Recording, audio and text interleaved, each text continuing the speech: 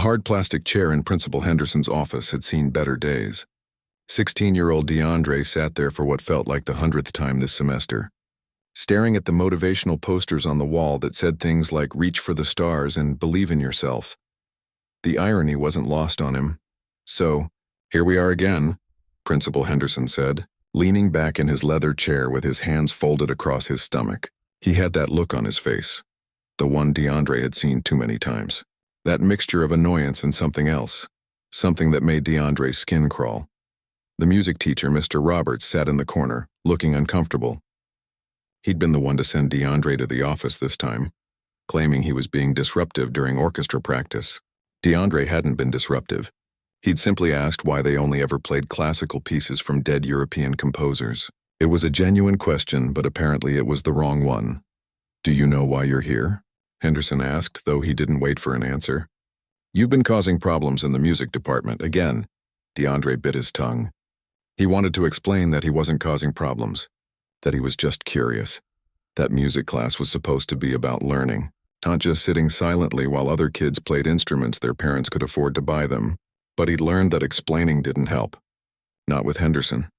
"I think we need to try a different approach with you," Henderson continued, standing up from his chair.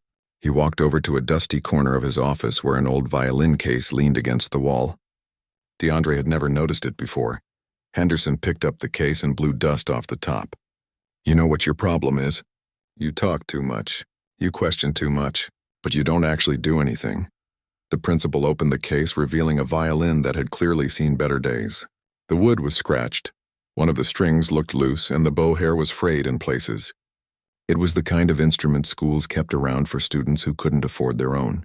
The kind that got passed from one struggling kid to another. "Here's what we're going to do," Henderson said, and there was something in his voice that made DeAndre's stomach tighten. "Next week we have our school assembly. Since you seem to think you know so much about music, you're going to perform for the whole school." DeAndre's eyes widened. "What? You heard me. You're going to play this violin in front of everyone. Show us all that hidden talent you must have, since you're so quick to criticize everyone else." Mr. Roberts shifted in his seat. "Principal Henderson, I don't think—" "It's decided," Henderson cut him off. His smile was cold. "Unless, of course, you'd rather accept a suspension instead." DeAndre felt his face get hot. This wasn't about education or discipline. This was about humiliation. Henderson wanted to embarrass him in front of the entire school, wanted to put him in his place. And the worst part? There was nothing he could do about it. "I'll do it," DeAndre said quietly, his jaw tight. Henderson's smile widened. "Excellent. I look forward to your performance." He thrust the violin case into DeAndre's hands. "You have 1 week to practice. Try not to disappoint us more than you already have."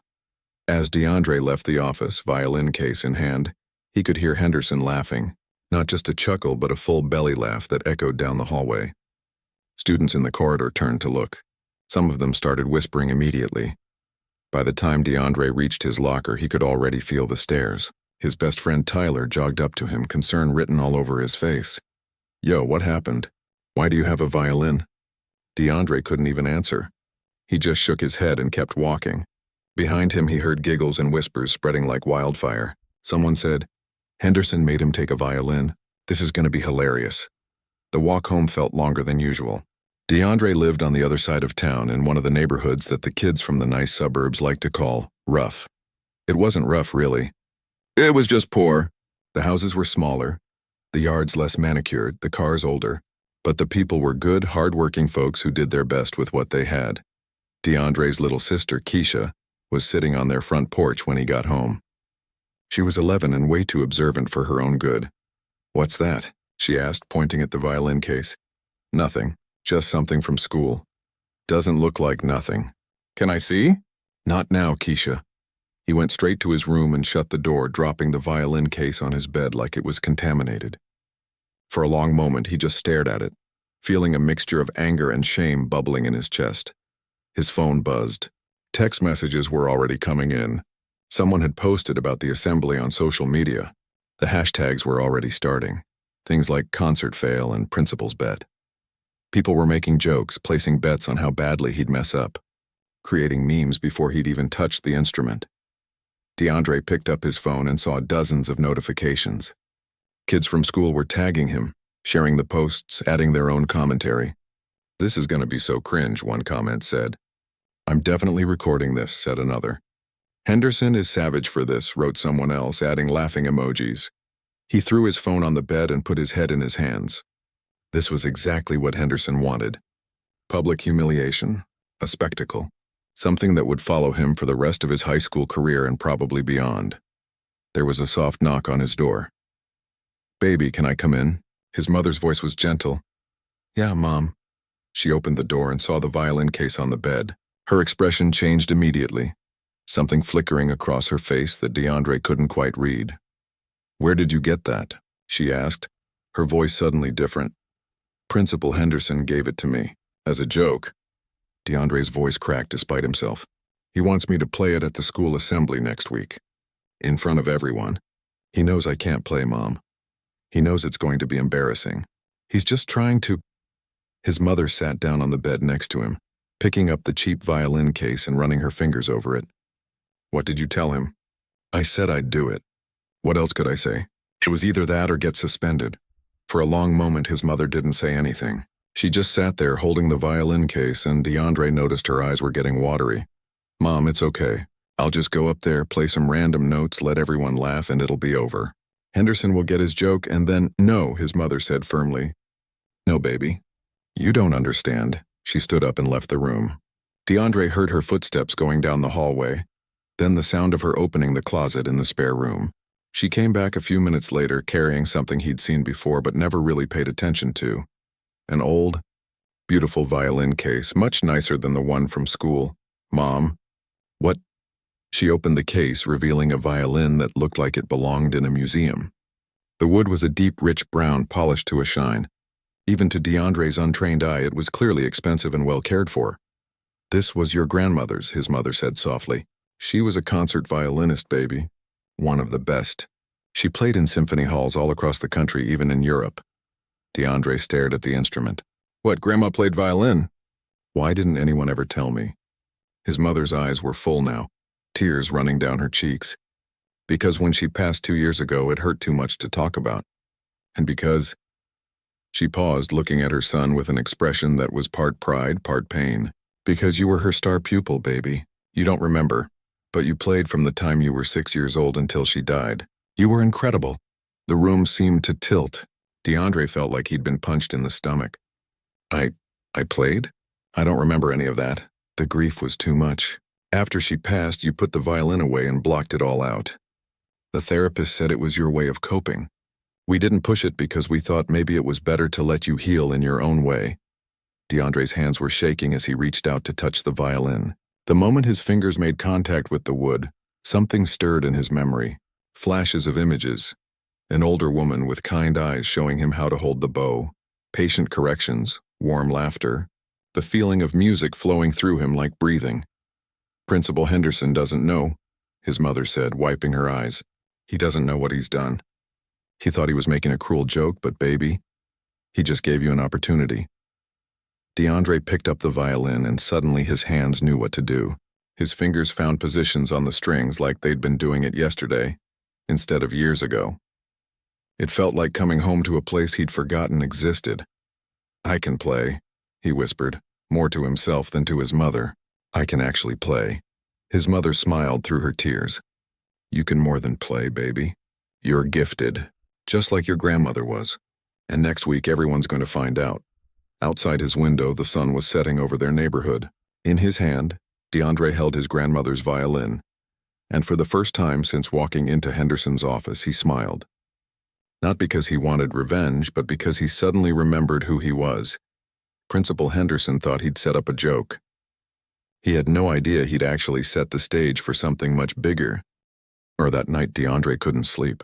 He sat in his room with his grandmother's violin, running his fingers over the smooth wood, trying to piece together the memories that were slowly coming back. It was like watching an old movie that had been stored away in a dusty attic, the images flickering and unclear at first, then gradually becoming sharper. He remembered Saturday mornings. His grandmother's small apartment always smelled like cinnamon and coffee. She would set up 2 music stands in her living room, hers and his, and they would play together for hours. She never got frustrated when he made mistakes. Instead, she'd smile and say, "Oh, try again, baby. The violin is teaching you patience." Keisha appeared in his doorway, rubbing her eyes. "Why are you still awake? It's like 2 in the morning." "I'm remembering things," DeAndre said quietly. "About Grandma." His little sister came and sat on the floor next to his bed. She'd been only 9 when their grandmother died, but she remembered her clearly. "She always said you were special, that you had her gift. Why didn't you ever tell me I used to play?" Keisha shrugged, pulling her knees up to her chest. "Mom said not to. She said you needed to forget for a while because it hurt too much. Every time someone mentioned Grandma or music, you'd get this look on your face like you were drowning. So we all just stopped talking about it." DeAndre picked up the bow, feeling its weight in his hand. Without thinking, he drew it across the strings. The sound that came out was clear and pure, filling the small room. Keisha's eyes went wide. "You remember how to play?" "It's weird," DeAndre said, playing a simple scale. His fingers moved automatically like they'd been doing this every day for years. "My brain forgot, but my hands remember." He played for another hour after Keisha went back to bed, starting with simple exercises and gradually working up to more complex pieces. It was all coming back, flooding his mind like water through a broken dam. The songs his grandmother taught him, the techniques she drilled into him, the feeling of losing himself completely in the music. But with the good memories came the painful ones. He remembered the last time he saw her in the hospital. She'd been so weak, but she'd still asked about his music. "Keep playing, baby," she'd whispered. "Don't let my gift die with me." And then she was gone, and DeAndre had put the violin away and somehow convinced himself he'd never played at all. The next morning at school, things were worse than he'd expected. Someone had created a fake event page for the assembly, calling it the worst concert ever. Over 300 students had marked themselves as interested. The comments were brutal. "Can't wait to see this train wreck," one student wrote. "Henderson is cold for this, but it's gonna be funny," wrote another. "Why is he even trying? Just take the suspension, dude," someone else commented. DeAndre walked through the hallways feeling like everyone was staring at him, because they were. People pointed and whispered. A few kids he barely knew came up to him with fake sympathy. "Hey man, you know you don't actually have to do this, right?" one kid said, clearly hoping for gossip he could share later. In music class, Mr. Roberts wouldn't make eye contact with him. The teacher had clearly felt guilty about the whole situation, but wasn't brave enough to stand up to Principal Henderson. The other students in orchestra, mostly kids from wealthy families whose parents could afford private lessons and expensive instruments, treated DeAndre like he was invisible, all except for one person. Her name was Zoe, and she played cello in the back row. She was quiet, kept to herself mostly, but she'd always been kind to DeAndre in the past. After class, she caught up with him in the hallway. "Hey," she said, "I just wanted to say that what Henderson did was really messed up." "Thanks," DeAndre muttered, not really wanting to talk about it. "I'm serious. He had no right to put you on the spot like that. If you want, I could talk to my parents. My dad's a lawyer and—" "It's fine," DeAndre cut her off. "I'm going to do it." Zoe looked surprised. "You're actually going to play?" "Yeah, do you even know how to play violin?" DeAndre almost told her the truth, but something held him back. He wanted to keep it a secret. He wanted everyone to expect nothing and then see what happened. "I'll figure it out." After school, DeAndre went home and practiced for 3 hours straight. His mother watched from the doorway, tears streaming down her face as she listened to her son play the same pieces her own mother had played decades ago. "You sound just like her," she said during a break. "You have her touch. The way you make the violin sing instead of just playing notes." DeAndre's arms were sore, his fingertips tender from pressing the strings. "I'm rusty, Mom. I haven't played in 2 years. What if I mess up?" "You won't. How do you know?" She came and sat next to him, taking his hand. "Because this isn't about showing off or proving something to mean people. This is about honoring your grandmother's memory. When you play with that in your heart, you can't mess up." That evening, Tyler came by the house. DeAndre had been avoiding his best friend's calls and texts all day, but Tyler wasn't the type to give up easily. "Dude, what's going on?" Tyler asked as soon as he walked in. "Everyone's talking about this assembly thing. You know Henderson's just trying to embarrass you, right? You don't have to do it. My parents said they'd help if you want to file a complaint or something." DeAndre led Tyler to his room and closed the door. Then he picked up the violin. "I need to show you something," He started to play. Not a simple tune, but one of the more challenging pieces his grandmother had taught him. His fingers danced across the strings, the bow moving with precision and feeling. The music filled the room, beautiful and complex and completely unexpected. Tyler's jaw literally dropped. He stood there frozen for a solid minute after DeAndre finished playing. "Bro," he finally said. "What the actual hell? Since when can you play like that?" DeAndre explained everything. His grandmother, the lessons, the blocked memories, all of it. Tyler listened with growing amazement. "So let me get this straight," Tyler said when DeAndre finished. "Henderson thought he was making a joke, but he accidentally picked the one kid in school who's actually a violin genius?" "I'm not a genius. Dude, I just watched you play that thing like it was easy. I can barely play my Xbox without rage quitting. You're a genius." For the first time in days, DeAndre laughed. Henderson doesn't know. Nobody knows. Tyler's face broke into a huge grin. Oh man, this is going to be so good. He's going to lose his mind. "It's not about him," DeAndre said. "It's about my grandma. I'm doing this for her, I know. But watching Henderson's face when you play is going to be a nice bonus, right?" DeAndre couldn't help but smile. Over the next few days, DeAndre practiced every spare moment he had. He'd wake up early to practice before school. During lunch, he'd find an empty classroom and play. After school, he'd practice until his mom made him stop for dinner, and then he'd practice some more after that. His little sister Keisha became his biggest fan. She'd sit in the hallway outside his room, doing her homework while listening to him play. Sometimes she'd clap when he finished a particularly difficult piece. "You're going to blow everyone's minds," she told him one night. "I hope so," DeAndre said, but he was getting nervous. The assembly was in 3 days and the pressure was building. What if he froze up on stage? What if the memories disappeared again? What if he got up there and couldn't play after all? His mother noticed his anxiety. "Come here," she said one evening, pulling out an old photo album he'd never seen before. Inside were pictures of his grandmother performing in concert halls, dressed in elegant gowns, holding her violin with confidence and grace. There were also pictures of young DeAndre with her, bow in hand, a huge smile on his face. "Look at how happy you were," his mother said, pointing to one photo. "That's what this is about. Not Henderson, not the other kids at school. This is about finding that joy again." In one photo, his grandmother was standing on a stage, mid-performance, and you could see the passion on her face. On the back, someone had written, "Boston Symphony Hall, 1987.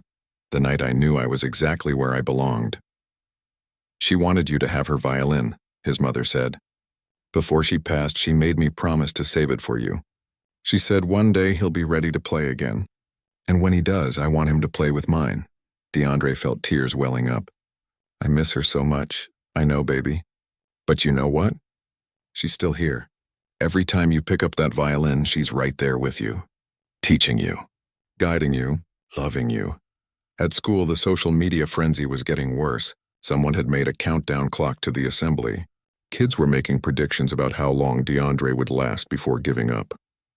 A few mean-spirited students had even created fake audio clips of terrible violin playing and claimed it was DeAndre practicing.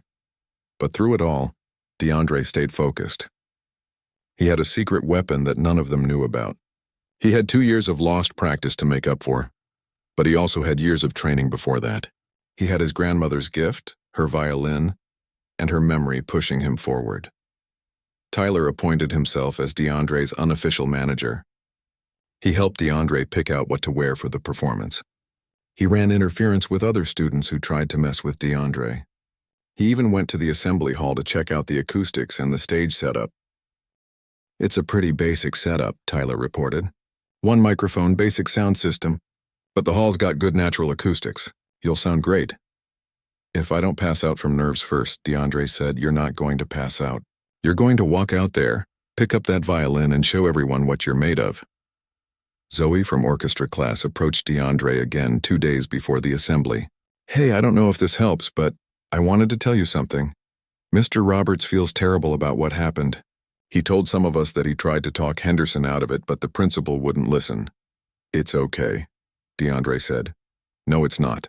None of this is okay. But I hope you know that not everyone thinks this is funny. Some of us actually think Henderson crossed a line." "Thanks, Zoe. And hey," she added with a small smile, "I hope you prove everyone wrong." The night before the assembly, DeAndre could barely eat dinner. His stomach was in knots. He went to his room and picked up his grandmother's violin one more time. As he tuned it carefully, checking each string, he thought about her. About all the lessons, all the patience, all the love she'd poured into teaching him. "I won't let you down, Grandma," he whispered. "Tomorrow I'm going to make you proud." The morning of the assembly, DeAndre woke up before his alarm went off. His heart was already racing. Today was the day. In just a few hours, he'd either honor his grandmother's memory or become the laughingstock of the entire school. There was no middle ground. His mother was already awake, making breakfast in the kitchen. She looked as nervous as he felt. "Morning, baby. How'd you sleep?" "I didn't really," DeAndre admitted, sitting down at the table. "I kept having dreams about being on stage and forgetting how to play." She set a plate of eggs in front of him. "That's just anxiety talking. Your hands know what to do. Your heart knows what to do. You just have to trust yourself." Keisha stumbled into the kitchen, still half asleep. When she saw DeAndre, she perked up. "It's today!" "Oh my gosh, it's today. Thanks for the reminder," DeAndre said, trying to smile. "Are you nervous?" "You should be nervous, but also excited. This is going to be so cool." Their mother gave Keisha a look. "Not helping, sweetie." At school, the energy was electric. Everyone knew what was happening during third period. The assembly had been moved to accommodate the whole school, which meant over 800 students would be watching. 800 potential cameras recording every moment. 800 witnesses to either his triumph or his failure. The morning classes dragged by. DeAndre couldn't focus on anything. In math, his teacher called on him 3 times before he realized she was talking to him. In English, he read the same paragraph 4 times without understanding a single word. Tyler met him before third period, carrying DeAndre's grandmother's violin case, which DeAndre had given him for safekeeping. "You ready for this?" Tyler asked. "No, maybe. I don't know." "Dude, you're going to kill it. I heard Henderson this morning talking to some teachers.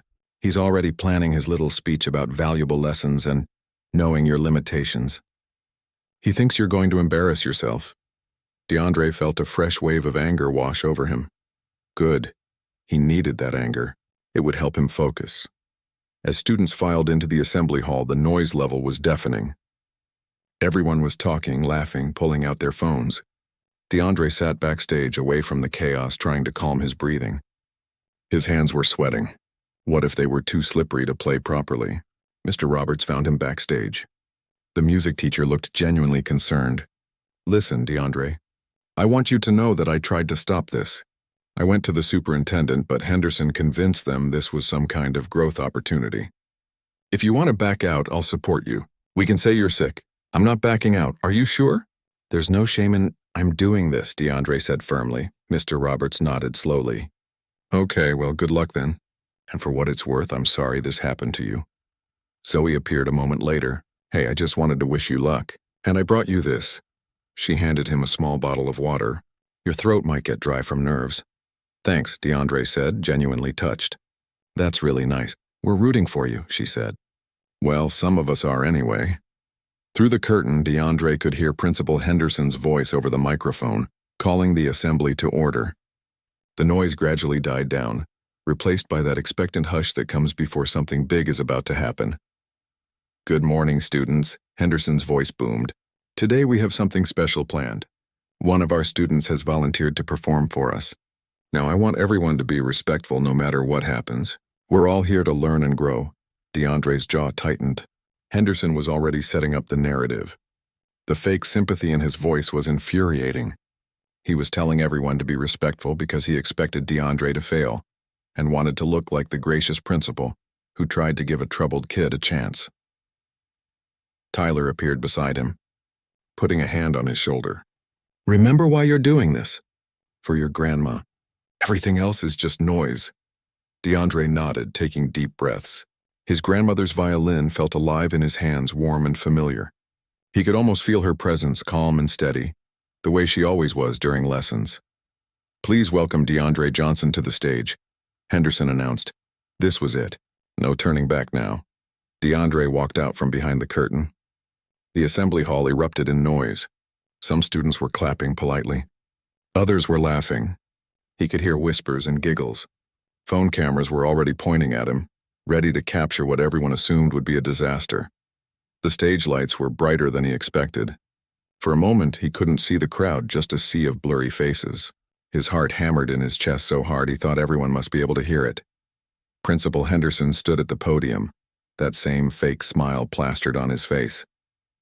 "Go ahead, young man. Show us what you've got." The way he said it, with that subtle mockery in his tone, made DeAndre's decision easy. He'd been planning to play something moderate, something safe, but now he wanted to play something that would leave no doubt about his ability. He raised his grandmother's violin to his shoulder. The weight of it felt right. Perfect. Like coming home. In the audience, he could see faces he recognized. Kids from his classes, teachers who'd given up on him, the orchestra students who'd treated him like he didn't belong. And there, near the back, he spotted his mother and Keisha. His mom had taken off work to be here. She was clutching Keisha's hand, her face full of emotion. DeAndre closed his eyes for just a second. "This is for you, Grandma," he whispered, too quiet for anyone else to hear. Then he began to play. The piece he'd chosen was Paganini's Caprice No. 24. It was one of the most technically difficult violin solos ever written. His grandmother had taught it to him when he was 12, and it had taken him 2 years to master it. Professional violinists struggled with it. It required incredible speed, precision, and control. The opening notes rang out clear and true. The assembly hall, which had been buzzing with chatter and laughter, went completely silent. You could have heard a pin drop. DeAndre's fingers flew across the fingerboard, executing passages that moved so fast they were almost a blur. The bow danced across the strings, drawing out notes that soared and dipped and spun through the air like living things. He wasn't just playing the notes. He was breathing life into them, giving them emotion and purpose. His eyes were closed now, completely lost in the music. He wasn't in the school assembly hall anymore. He was in his grandmother's living room, playing for an audience of one.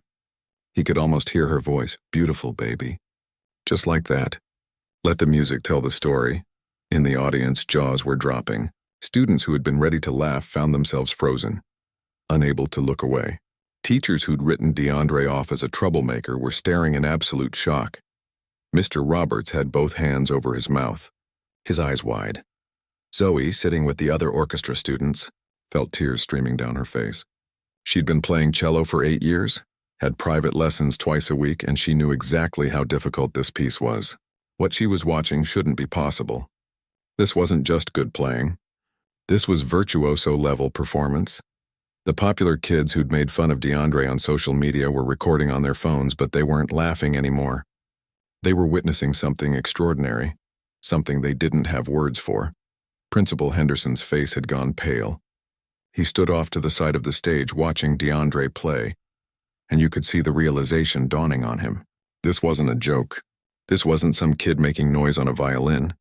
This was real talent, real skill, and Henderson had completely misjudged the situation. DeAndre moved through the most challenging section of the piece, where the notes climbed higher and higher, faster and faster, demanding incredible control. His grandmother had called this part the mountain, because you had to climb it carefully or fall. He climbed it perfectly, his training and muscle memory taking over, his heart and soul pouring into every note. Near the back of the hall, DeAndre's mother was crying openly. She remembered watching her own mother perform this same piece in concert halls across the country. She remembered the standing ovations, the flowers, the acclaim, and now here was her son, her baby, playing it just as beautifully. Keisha gripped her mother's hand tighter. "That's my brother," she whispered proudly. "That's my brother." Tyler, standing backstage, had his phone out recording, but he wasn't smiling or celebrating yet. He was too caught up in the performance, too amazed by what his best friend was doing. Later, he'd probably cry about how proud he was, but right now he was just watching in awe. The piece built toward its climax, the tempo increasing, the technical demands becoming almost impossible. DeAndre's arms were starting to burn from the exertion, but he pushed through. This was for his grandmother. For every lesson she'd taught him, for every patient correction, for every moment of love and guidance she'd given him. And then came the final section, where the music exploded into a flurry of notes that cascaded like a waterfall. DeAndre's fingers moved with impossible speed, the bow striking the strings with perfect precision. The sound filled the entire hall, rich and full and absolutely breathtaking. Students who had never cared about classical music found themselves leaning forward in their seats. There was something about watching someone do something this difficult, this beautiful, that transcended genre or personal taste. This was human achievement at its finest. This was art. Principal Henderson had sat down in a chair at the side of the stage. His face had gone from pale to red. You could see the wheels turning in his head as he realized the magnitude of his mistake. He'd tried to humiliate a student as a joke, never considering that he might be wrong about that student, never imagining that his cruel prank would backfire so spectacularly. As DeAndre moved into the final measures of the piece, something magical happened. The morning sun, which had been hidden behind clouds, broke through the windows of the assembly hall, sending beams of light across the stage. It was like even nature itself was celebrating this moment. DeAndre played the final notes with everything he had left. They rang out pure and clear, hanging in the air for a long moment before fading away into silence. For 3 full seconds, nobody moved. Nobody breathed. The entire assembly hall was frozen in that space between the end of the performance and what comes after. Then reality crashed back in, and the hall exploded. The sound was deafening. 800 students rose to their feet as one, applause thundering through the assembly hall like a physical force. It wasn't polite clapping. It was the kind of applause that comes from witnessing something that changes you, something you'll remember for the rest of your life. DeAndre stood on the stage, his grandmother's violin still raised, barely able to process what was happening. His arms were shaking from exertion, his fingertips burning from the strings, but none of that mattered. The sound of that applause washed over him like a wave. Students were shouting. Some were crying. The orchestra kids, the ones who'd treated him like he didn't belong, were standing with their mouths open in shock. Mr. Roberts had his head in his hands, overcome with emotion. And in the back, DeAndre could see his mother and Keisha jumping up and down, screaming his name. The applause went on and on. 30 seconds, a minute. Students were stomping their feet now, creating a rhythmic thunder that shook the building. Teachers who'd never given DeAndre a second thought were clapping until their hands hurt. Even the janitor standing by the back door was wiping tears from his eyes. DeAndre slowly lowered the violin, and that's when he looked over at Principal Henderson. The man was still sitting in his chair at the side of the stage, his face pale, his hands gripping the armrests. He wasn't clapping. He couldn't. He was staring at DeAndre like he was seeing a ghost. Tyler burst from backstage, running across to DeAndre and pulling him into a huge hug. Dude, that was insane. You absolutely killed it. More students started coming up to the stage. Zoe was there, tears streaming down her face. That was the most beautiful thing I've ever heard, she said. How did you learn to play like that? Before DeAndre could answer, his mother and Keisha pushed through the crowd. His mom grabbed him and held on tight, sobbing into his shoulder. Your grandma saw that, baby. I know she did. She saw every second. Keisha wrapped her arms around both of them. You're famous now. Everyone's recording. This is going to be everywhere. She wasn't wrong. All around the assembly hall, students were on their phones. Some were still recording. Others were already uploading videos to social media. Within minutes, the footage was spreading across the internet like wildfire. Principal Henderson finally stood up, trying to regain some control of the situation. He walked to the podium, but when he tapped the microphone, nobody paid attention. The crowd was too focused on DeAndre. Excuse me, Henderson said, his voice tight. Students, please return to your seats. Nobody moved. Students, he repeated, louder this time. We need to let him play something else, someone shouted from the crowd. The suggestion was immediately picked up by others. Yeah, play another one. Don't stop. Keep going. DeAndre looked at his mother, who nodded through her tears. He raised the violin again, and the crowd erupted even louder than before. This time he played something different. Something simpler but more emotional, a piece his grandmother had written herself, one she'd never performed publicly. She'd taught it to him in private, calling it her heart song. As the notes filled the hall, a different kind of silence fell. This wasn't the stunned silence from before. This was reverent. The melody was hauntingly beautiful, full of longing and love and bittersweet memory. You could hear someone's entire life in those notes. Students swayed in place. A few more started crying. Even some of the tougher kids, the ones who never showed emotion, had tears in their eyes.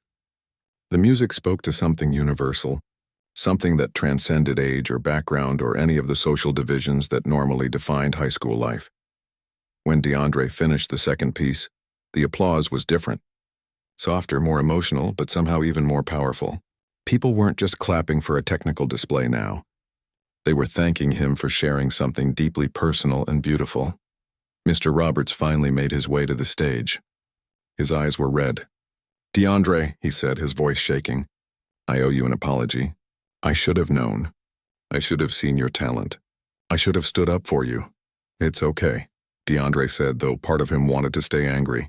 But standing here, holding his grandmother's violin, surrounded by the sound of applause and seeing his family's proud faces, he found he couldn't hold on to the anger. "No, it's not okay," Mr. Roberts insisted. "None of this was okay. But I want you to know that I'm going to make it right. We need to talk about getting you back into proper training, advanced lessons, competition opportunities. You're beyond anything I can teach you." Over the next hour, the school descended into beautiful chaos. Classes were canceled as word spread. Students who hadn't been at the assembly watched the videos on their phones, then ran to find DeAndre to hear the story firsthand. The videos were already going viral online, shared thousands of times with comments pouring in from around the world. "Who is this kid?" One comment read, "This is concert hall level playing." The principal tried to embarrass him and got destroyed. "Justice served," wrote another. "I'm a professional violinist and this made me cry. This young man has serious talent," commented someone with a verified account. In the principal's office, Henderson was on the phone with the superintendent. Through the door, staff could hear him trying to explain what had happened, his voice getting higher and more defensive with each passing minute. "I didn't know," he kept saying. "How was I supposed to know?" He never said anything. "This isn't my fault," but it was his fault and everyone knew it. Parents started calling the school, demanding explanations. Why had a talented student been mocked instead of nurtured? Why had the principal thought it was appropriate to humiliate a teenager as a joke? What kind of environment was the school fostering? The local news got wind of the story by lunchtime. A reporter showed up at the school trying to get interviews. The superintendent arrived shortly after, looking grim. She went straight to Henderson's office and closed the door. Raised voices could be heard through the walls. DeAndre spent lunch in Mr. Roberts' classroom away from the chaos. Tyler, Zoe, and a few other students who'd become impromptu allies sat with him. His phone wouldn't stop buzzing with notifications. "Look at this one," Tyler said, showing DeAndre a tweet from a famous violinist. "She says you should be at Juilliard." "Dude, that's like Harvard for music." "I don't even know what Juilliard is," DeAndre admitted. Zoe pulled up the website on her laptop. "It's one of the most prestigious performing arts schools in the world. In New York. People audition for years and don't get in. If someone like that is noticing you, DeAndre, this could change your whole life." DeAndre felt overwhelmed. This morning he'd just been trying not to embarrass himself. Now people were talking about prestigious schools and life-changing opportunities. It was too much to process. His phone rang. An unknown number. He almost didn't answer, but Tyler encouraged him to pick up. "Hello? Is this DeAndre Johnson?" a woman's voice asked. "Yes. My name is Dr. Patricia Martinez. I'm the head of strings at the Goldstein Academy of Music. I just watched your performance online and I had to reach out immediately. Have you ever considered applying to a specialized music school?" DeAndre's hands started shaking again.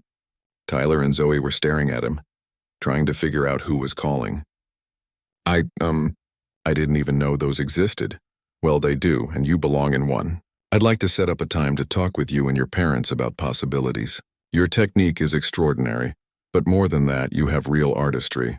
That's something you can't teach. Would you be interested in discussing this further?" "Yes," DeAndre said, barely able to get the word out. "Yes, I would." They exchanged information, and when DeAndre hung up, he just stared at his phone in disbelief. Tyler grabbed his shoulders. "Dude, what? What just happened?" "Someone from a music academy wants to talk to me about attending their school." The room erupted in excited chaos. Zoe was Googling the Goldstein Academy, gasping at what she found. "DeAndre, this school has produced some of the greatest musicians in the world. This is huge." By the end of the school day, DeAndre had received 7 more calls from music schools, 3 from private instructors offering free lessons, and 1 from a local symphony asking if he'd be interested in performing with them. His email inbox was flooded with messages. His social media had exploded with new followers. But the most important call came just before the final bell. It was from the superintendent's office asking DeAndre and his mother to come in for a meeting. When they arrived, they found the superintendent sitting at a conference table with Principal Henderson, who looked like he wanted to be anywhere else on earth.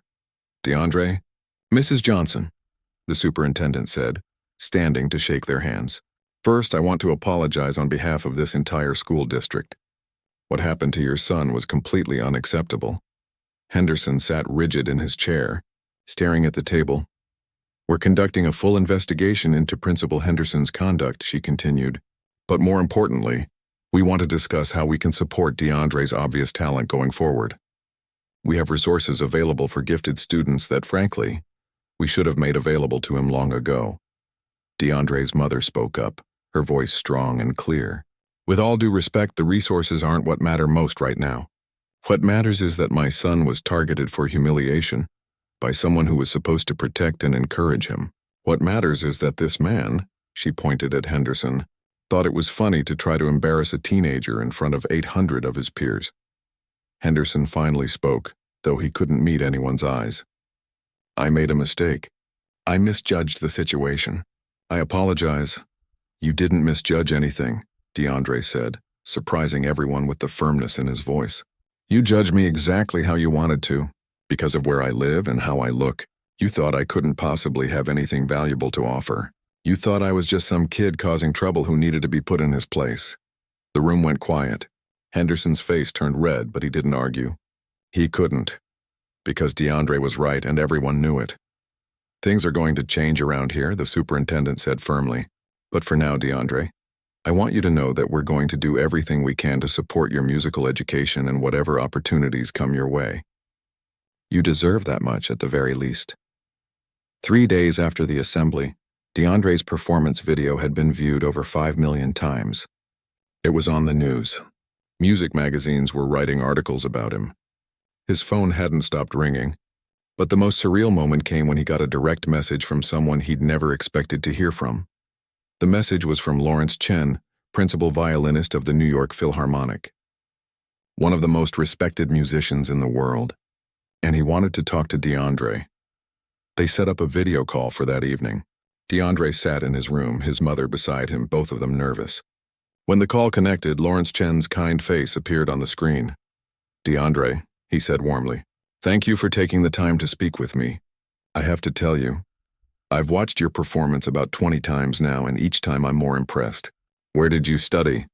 My grandmother taught me, DeAndre explained. She was a concert violinist, but I stopped playing when she died 2 years ago. I kind of forgot I even knew how until last week. Lawrence's eyebrows rose. You hadn't played in 2 years and you performed Paganini's 24th Caprice? That's remarkable. The muscle memory alone would have deteriorated significantly. The fact that you could pull that off speaks to an extraordinary natural gift. They talked for over an hour. Lawrence asked about DeAndre's training, his goals, his favorite composers. He listened carefully to everything DeAndre said, treating him not like a kid who got lucky, but like a serious musician worthy of respect. I'd like to offer you something, Lawrence said toward the end of the call. I have some pull at the Davidson Summer Music Program. It's a prestigious, intensive program where talented young musicians train with professionals. I can arrange for you to attend this summer. Full scholarship. Would that interest you? DeAndre could barely speak. Yes, absolutely. Good, I'll be in touch with the details. And DeAndre, don't let anyone tell you that you don't belong somewhere. You have a gift that deserves to be nurtured. What happened to you at your school should never have happened, but I'm glad it led to people discovering your talent. After the call ended, DeAndre's mother hugged him tight. Your grandmother would be so proud, she whispered. Not just of your playing, but of how you handled all of this with grace and dignity. The next week at school was completely different from anything DeAndre had experienced before. Students who'd never spoken to him went out of their way to say hello.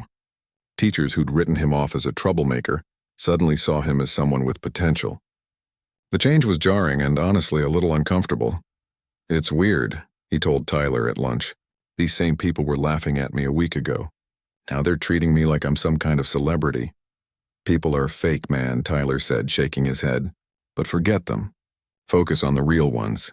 He gestured around their table, where Zoe and a few other genuine friends sat. The biggest change, though, was in the music department. Mr. Roberts had completely restructured his approach.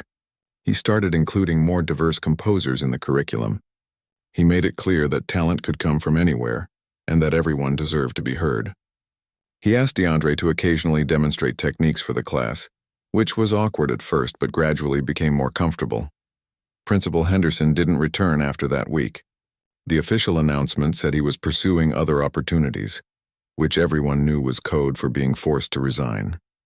The new principal, Mrs. Washington, called an assembly her first day. "I want to be clear about something," she told the packed auditorium. "This school is for everyone, not just people from certain neighborhoods or certain backgrounds. Everyone. And if any student has a talent or a gift, it's our job to help them develop it, not tear them down. That's what education is supposed to be about." The applause was genuine this time, not mocking or reluctant. Things were actually changing, but the most meaningful change happened one Saturday afternoon. DeAndre was at home practicing a new piece when there was a knock at the door. His mother answered it and called for him to come downstairs. Standing in the living room were 5 kids from his neighborhood. The youngest was maybe 7, the oldest around 12. They looked nervous but excited. "We saw you on TV," the oldest one said, "and we were wondering, could you maybe teach us to play violin?" DeAndre looked at his mother, who had tears in her eyes. She nodded. "Yeah," DeAndre said, smiling.